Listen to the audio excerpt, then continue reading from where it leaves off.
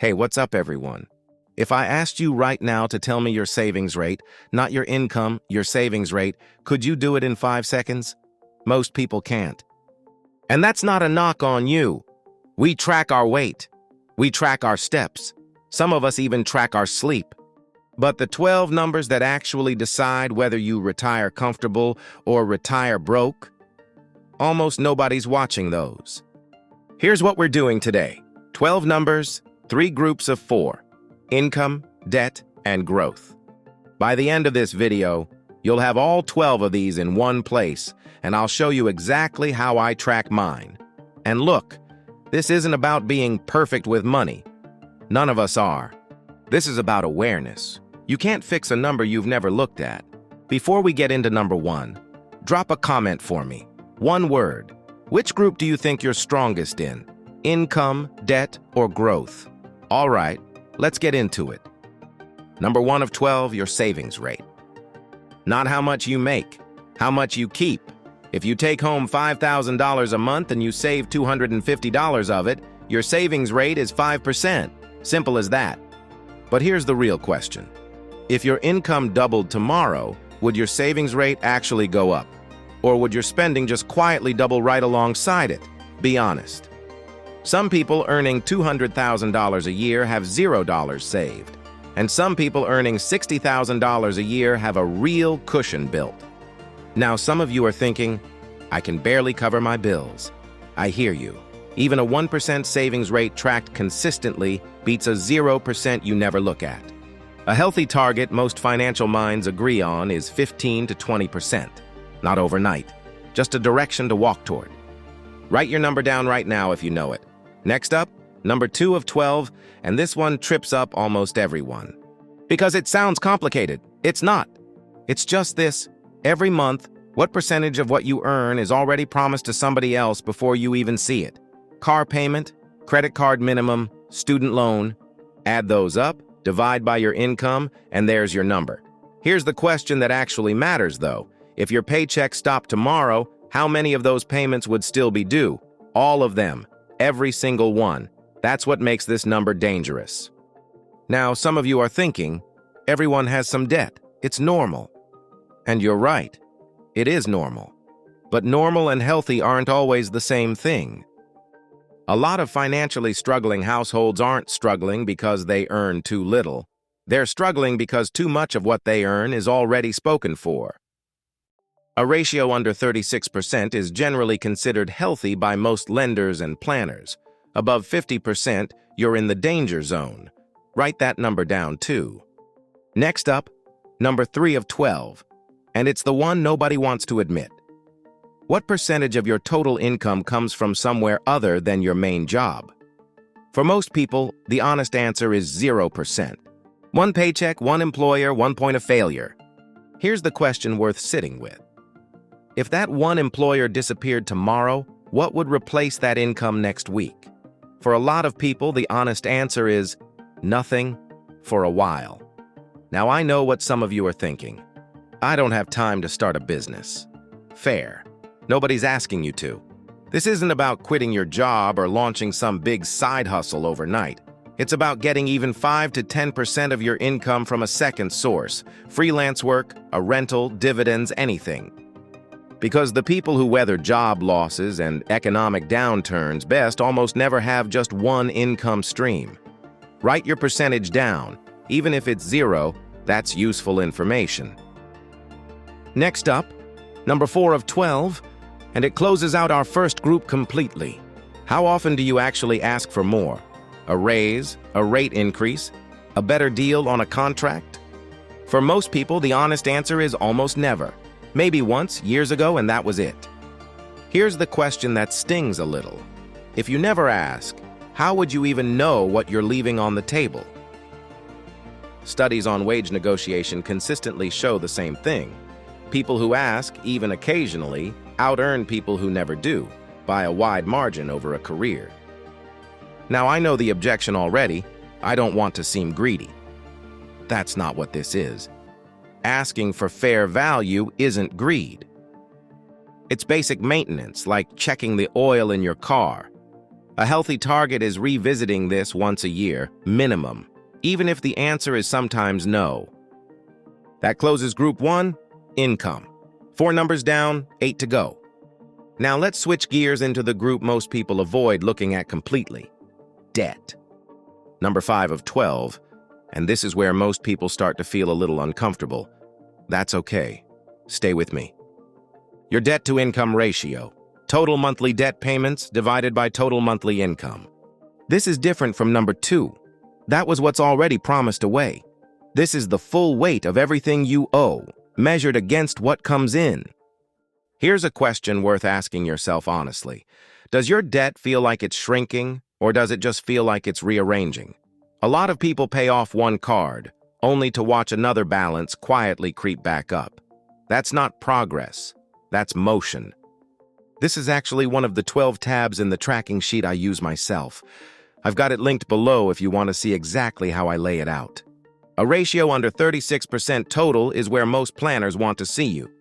Above 43, most lenders consider that a red flag. All right? Comment below for me. One word. What's the one debt you'd erase first if you could wave a wand tonight? Next up, number 6 of 12. And it's the number that quietly decides how fast you get free. Your interest rate spread.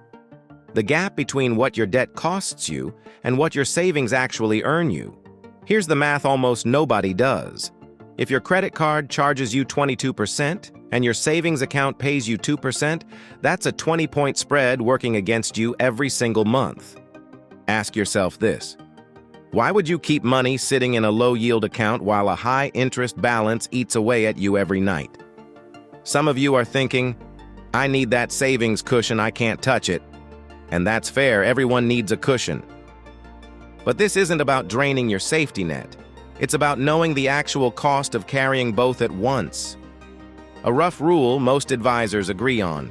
Any debt above 8 or 9% interest usually outpaces what safe savings can earn you. That's the one to attack first. Once you know your spread, you know exactly where every extra dollar should go. Not guessing, knowing. Write that spread down. Number 7 of 12. And this one's sitting quietly in your wallet right now. Your credit utilization. How much of your available credit you're actually using at any given moment. If you've got $10,000 in available credit and you're carrying a $3,000 balance, you're at 30% utilization. Here's the part that surprises people. This number can move your credit score even if you pay on time, every time, without missing a beat. Two people with identical payment histories can have very different scores, just because one of them runs their balances higher relative to their limits. Now, some of you are thinking, as long as I pay it off monthly, does this even matter? It can, depending on when your statement closes.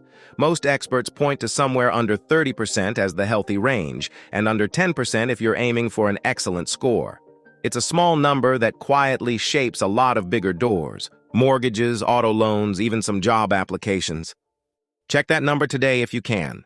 Next up, number 8 of 12, and it closes out the debt group for good. Your payoff velocity. Not how much debt you have, how fast it's actually moving down. Two people can owe the exact same amount, and one of them is debt-free in 2 years, while the other is still there in 10. Ask yourself this. At your current pace, if nothing changes, how many years until that balance actually hits zero? For a lot of people, doing that math for the first time is genuinely uncomfortable. That's normal. Stick with me. Now, some of you are thinking, I'm already paying the minimum every month, isn't that enough? It keeps you afloat. It doesn't speed you up. Minimum payments are built to keep debt alive longer, not shorter. That's just the math of how they're structured. Even one extra payment a year aimed at your highest interest balance can shave years off that timeline. All right, if you've made it this far, drop a 12 in the comments, just the number. It helps me know who's actually tracking with me. Write your payoff timeline down. Next up, we're leaving debt behind completely and stepping into growth. Number 9 of 12, and we're leaving debt behind completely. This is where things start to feel a lot more hopeful. Your net worth trend line. not the number itself, the direction it's been moving over the last 12 months. Here's why this matters more than the number alone. A person with $50,000 trending upward is in a completely different position than someone with $200,000 trending downward. Ask yourself honestly, if you plotted your net worth every month for the last year, would that line be going up, flat, or down? Most people have genuinely never plotted it. Not once. They just have a vague feeling about how things are going. Some of you are thinking, my number is embarrassing right now. Nobody's number starts big. Every trend line starts somewhere close to zero. What matters is checking it the same way, every single month. So the trend actually means something. Even a small, steady climb beats a big number that's quietly sliding backward. Pick one day a month, same day every time, and check that trend line. Next up, number 10 of 12. And it's the one that actually builds the number you just started tracking. Your investment contribution rate. What percentage of every paycheck actually goes toward long-term growth, not just savings? This is different from your savings rate back in number 1. Savings can sit in cash. This number is specifically what's working for you in the market. Here's a question worth sitting with. If your paycheck grew 10% tomorrow, would your contribution rate grow with it, or would your spending quietly absorb it? Be honest with yourself here. Most raises get absorbed into lifestyle before a single extra dollar reaches an investment account. Some of you are thinking, I'm barely covering bills, how can I contribute more? Totally fair. Even 1% more is a real, honest step. A common target many planners suggest is 15% of income toward retirement and growth investments combined over your working years. Whatever your number is today, the goal is simple. Nudge it up a little each year on purpose. Write down your current contribution rate. Number 11 of 12. And it's about how spread out your money actually is, not just how much of it there is. Your portfolio diversification split. How much sits in any single stock, sector, or company at once. Here's a story that plays out constantly. Someone works at a great company, believes in it, and slowly ends up with half their net worth tied to that one stock.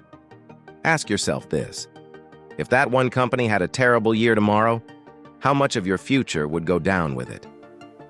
A widely used guideline among planners is keeping no more than 5% of your total portfolio in any single stock. Some of you are thinking, but I know this company, I believe in it. Belief isn't a hedge. Spread is a hedge. This isn't about doubting any one company. It's about making sure no single outcome can quietly wreck your whole plan. Comment below with a split if you've ever checked how concentrated your own portfolio really is. Take a real look at your split this week. Next up, the 12th and final number, the one that ties every single one of these together. Number 12 is the one that actually keep all the others together and allow you to build real wealth. Your compound return target. Not a guess, not a hope. An actual number you're aiming your money toward year after year. Here's why this closes everything out. Numbers 1 through 11 tell you where your money is and how it's behaving. This number tells you where it's actually going. A lot of planners point to somewhere around 7% a year after inflation as a realistic long-term target for a diversified portfolio. Notice what that number is not. It's not 0% sitting in cash, and it's not 50% chasing something risky online. It's a quiet, boring, repeatable number, and boring, repeatable numbers are exactly what build real wealth over 20 and 30 years. So here's the truth behind all 12 of these. None of them are complicated. Savings rate, debt ratios, utilization, net worth direction, contribution, diversification, a target return.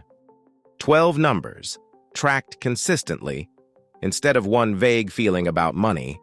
Most people never track a single one of these. You now know all 12. That alone puts you ahead of almost everyone. If this helps you, the next step is simple. Go check the Google Sheet Command Center link in the description, where all 12 numbers are laid out for you to track starting today. Pick one number, just one.